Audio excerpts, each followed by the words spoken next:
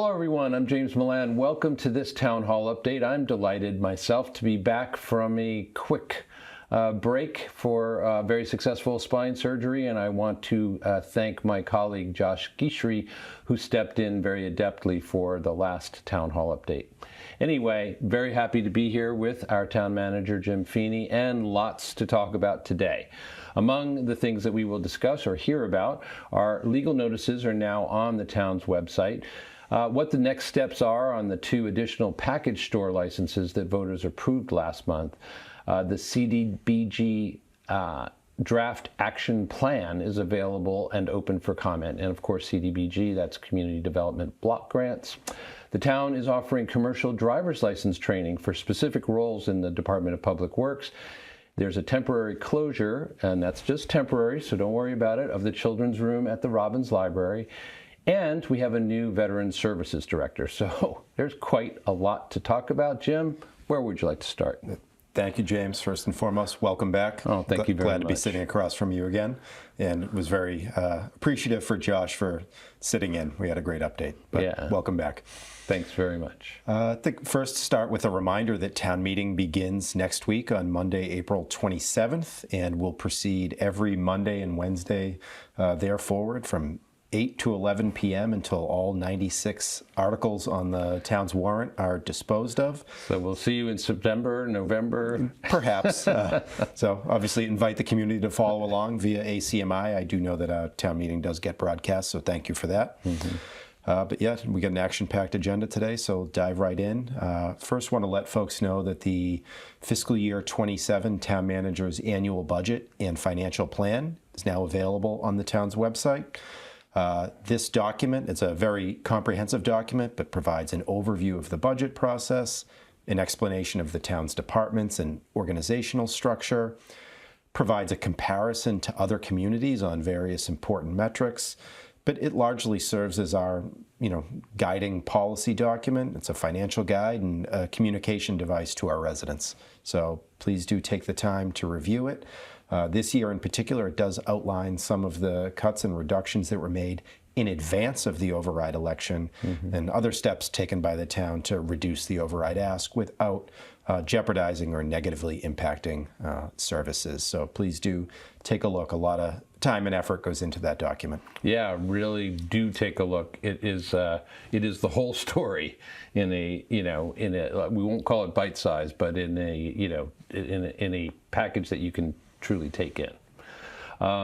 So there are legal notices, I think, that are now available on the town's website. Let's talk about that. So obviously, Arlington, like any municipality, has always had to post legal notices for certain things per state law. But this month, we were able to start publishing our legal notices digitally on both the town's website and on your Arlington's website. So this change to what are called print-free legal ads was due to what is known as home rule legislation that was championed by our legislators, our select board, and town meeting to give Arlington the specific right to post its legal ads in a digital-only format. So this allows us to respond to the changing landscape of print newspaper business where subscription numbers are falling, but the costs to post legal ads continue to rise.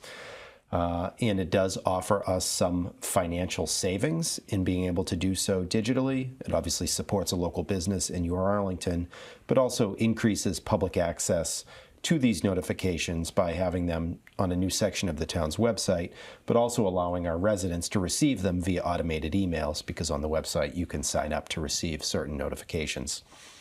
So legal notices could be for anything from a wide range of zoning bylaw changes, hearings with the redevelopment board, the Conservation Commission, the Zoning Board of Appeals, Historic District Commission, Historical Commission, license hearings, tree hearings, so on and so forth, as well as all of our procurement opportunities or opportunities to bid on public projects, public goods, public services. So there are a lot of legal ads that we are required to post, and we're excited to have them available in a more sort of modernized manner.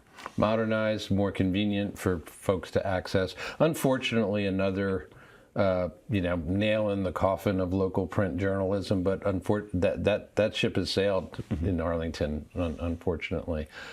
So a good alternative being offered here, for sure.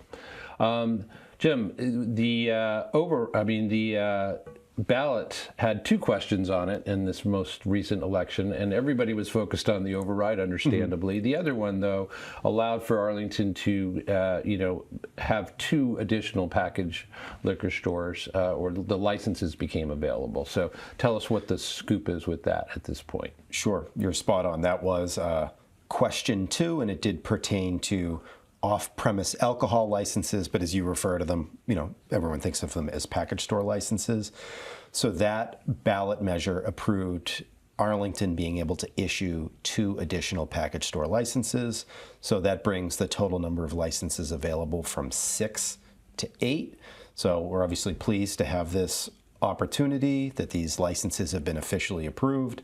Obviously, it's an opportunity for entrepreneurs or other establishment operators to serve the Arlington community, which is, does have a vibrant business community. So the select board voted at their April 13th meeting to create a process for inviting and reviewing applications against a set of established criteria for these 2 new licenses. So just wanted to note that applicants are invited to submit their applications between August 31st and September 11th.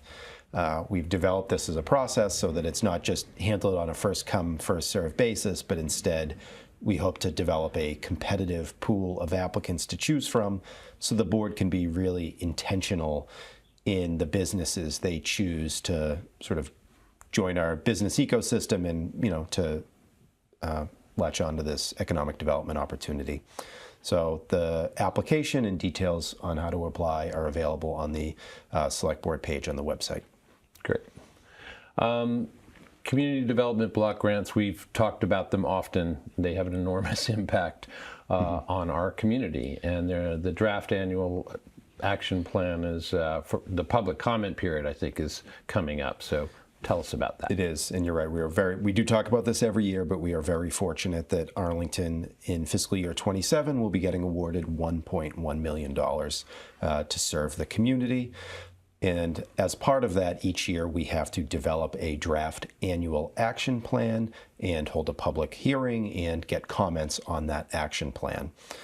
So what's known as the 2026-2027 annual action plan is now available. It is open for comment and will be until May 14th at 7 p.m. So the annual action plan does include our plan to expend the $1.1 million CDBG funding award for the next fiscal year. It also provides an overview of the town's goals and how we expect to use CDBG funding in order to meet the various Department of Housing and Urban Development objectives to expand housing, economic opportunities, as well as provide suitable living environments for those with low and moderate income. So you can comment on the annual action plan via email. You can drop off written comments at Town Hall to the Department of Planning and Community Development, or you can attend the virtual public hearing on May 7th and make your comments at that time. So a lot of different ways to do it. We just want to make sure that we have them in by May 14th. Every comment that we receive and our response to those comments will be included in the final version of the annual action plan that is submitted to HUD, Housing and Urban Development. So for more information and to view the draft action plan, visit arlingtonma.gov/CDBG. Okay, and if you don't mind, I'll just dig down a little bit on this for clarification purposes. The action plan outlines a broad strategy or idea, and that's what people would comment on, as opposed to there being specific projects that people would be kind of reviewing and commenting on? They can provide comments on anything included in the action plan. Okay. We'll note, obviously, the strategies for how we're going to achieve the goals, as well as the projects that are being recommended for funding are included in the action plan. But we do also bring the action plan and the funds in front of the Select Board for endorsement, as well as town meeting for endorsement as it is a vehicle for expending money. All right. Thanks for that clarification. Next, we've got commercial driver's license training, which will be available for specific jobs, I assume, in the DPW. That's correct. So we're pleased to announce this is a new opportunity for individuals seeking to advance a career in public service. We are offering a commercial driver's license or CDL training for eligible and qualified candidates who are selected for employment in the position of water systems maintenance craftsman or motor equipment operator 2. Those are very technical terms, but obviously in our water and sewer division or largely in our highway division for folks who operate heavy equipment, drive large trucks. So we're really aiming to support workforce development for what are essential public works positions for which they are oftentimes difficult to fill, and getting a CDL can be challenging. So we're trying to sort of make for a smoother process and make ourselves a more competitive employer on that front, because these positions are challenging to fill. So we want to be able to continue to provide high quality services, and we want to provide folks an opportunity to come work for the town and have the opportunity to obtain their commercial driver's license. So certainly motivated individuals interested in hands-on essential infrastructure work are encouraged to apply and can learn more on the town's website. All right, innovative approach there. That's great.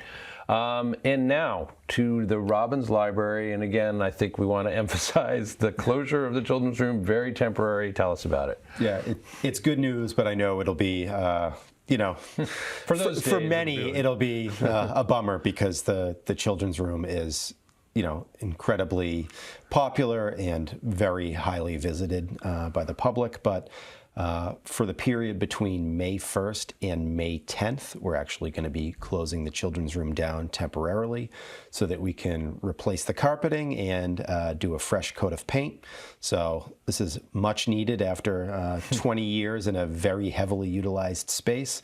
So we're excited to do these improvements. We are sorry for the period of closure, but that will allow us to complete it in the quickest manner possible and return the space to public use as quickly as possible. So thank you for your patience. And I do want to note that the remainder of the Robbins Library and the Fox Library will be open during that time. So library services will still be available to you, just not necessarily the children's room between May 1st and May 10th.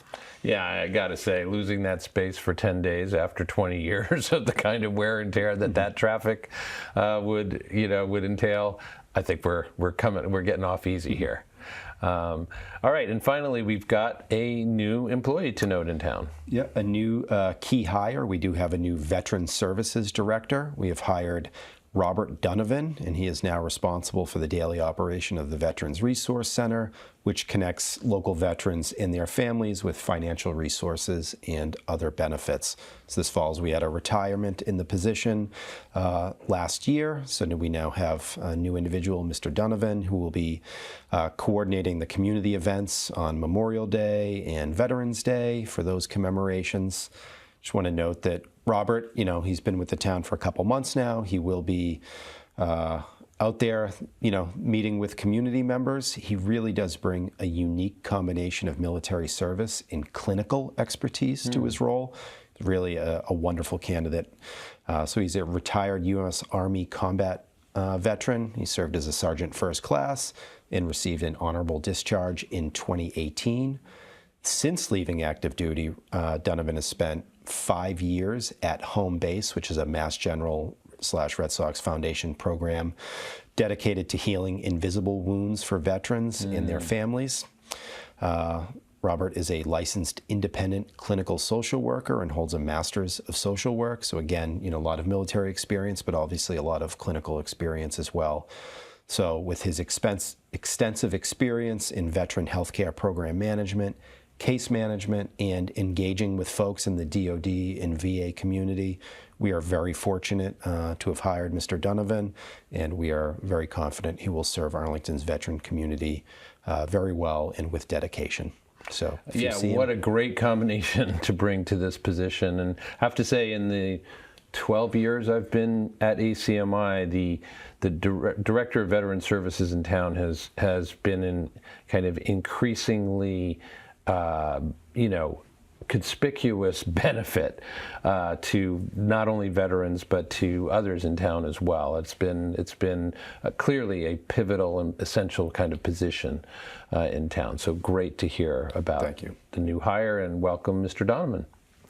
That, I think, concludes our agenda for today, but it was a long one. Want to make sure we haven't forgotten anything.